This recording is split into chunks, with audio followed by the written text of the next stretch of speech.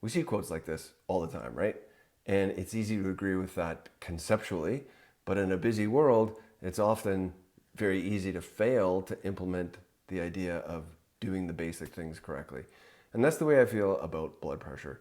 If you're going to be having your blood pressure taken at home by yourself or by a healthcare provider and it's being done incorrectly, then you're going to be led down this path of worry and anxiety, and even worse, maybe unnecessary medications that are harmful.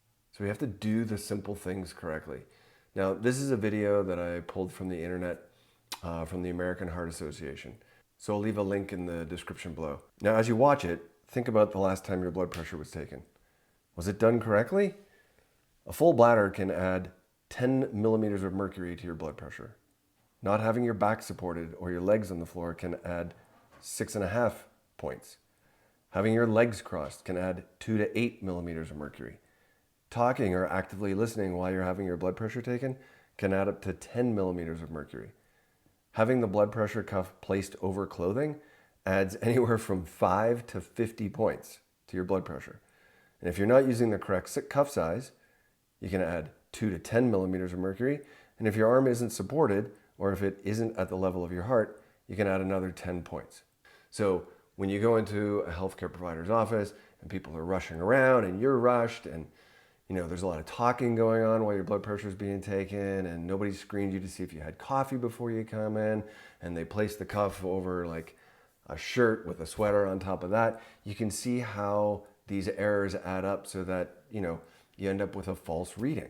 And then the pharmaceuticals are often prescribed if people are over a certain target, right? And if you look online, you'll see many charts like this, but yet we have a huge review by the Cochrane collaboration, which is kind of the gold standard of reviews in medicine, showing that the harms outweigh the benefits if you're going to treat someone with blood pressure up to 140/90.